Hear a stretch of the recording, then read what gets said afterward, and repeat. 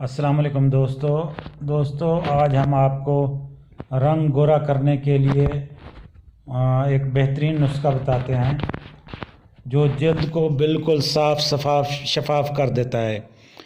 जिन लोगों का किसी वजह से धूप की वजह से या खून की कमी की वजह से रंग स्याह पड़ गया है या जिस्म के अंदर खून की कमी की वजह से जो है ना रंग फीका पड़ गया है या रंग पीला हो गया है, तो उनके लिए बेहतरीन नुस्खा है।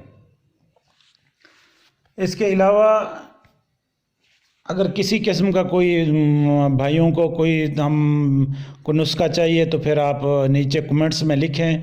जो भी आपको नुस्खा चाहिए तो इंशाल्लाह हम अपना तजर्बेशुदा नुस्खा आपको बताएंगे।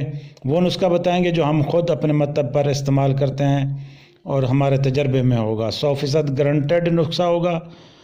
आपको जो भी नुस्खा चाहिए, जो भी बीमारी हो, कोई प्रॉब्लम हो, तो उसके लिए आप नीचे कमेंट्स में बताएं कि हमें ये मसला है, तो इंशाल्लाह हम आपको उसी मसले का हल बताएंगे और पूरे तहे दिल से आपको एक बेहतरीन फार्मूला देंगे।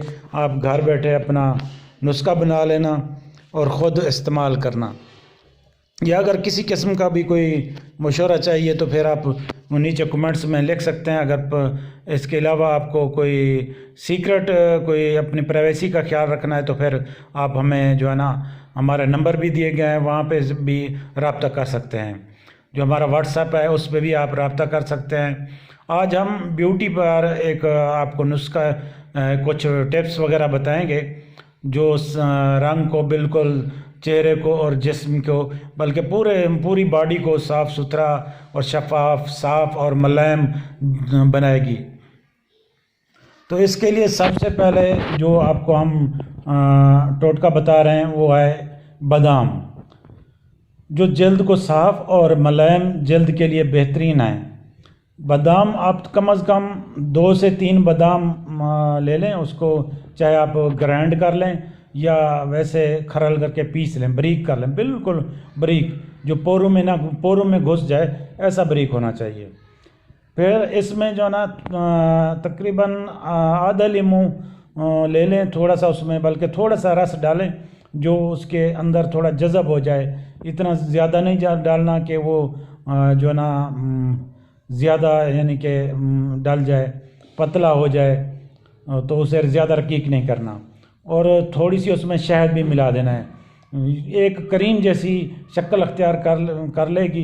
इसको अच्छे तरीके से मिलाकर आपने इसे अपने चेहरे पर पेस्ट की शक्ल में लगाना है, अप्लाई करना है। जब तकरीबन 10-15 मिनट बाद आप इसे अच्छे तरीके से किसी अच्छे साबुन से धो सकते हैं। इसी तरह रात को भी लगा सकते हैं। आप रात को लगा दें, सुबह उठकर आप इसको धो लें तो इससे कोई फ़र्क नहीं पड़ता, बल्कि चेहरा और भी साफ शफाफ होता है। जिन लोगों के अंदर चेहरे के अंदर छाइयाँ हैं या बैरूनी जल्द के अंदर छाइयाँ हैं, वो भी ये नुस्खा इस्तेमाल कर सकते हैं। इसके अलावा हम आपको एक और नुस्खा बताते हैं, ब्लीच, जो आप अपने घर में एक किस्म की ब्लीच बना सकते हैं।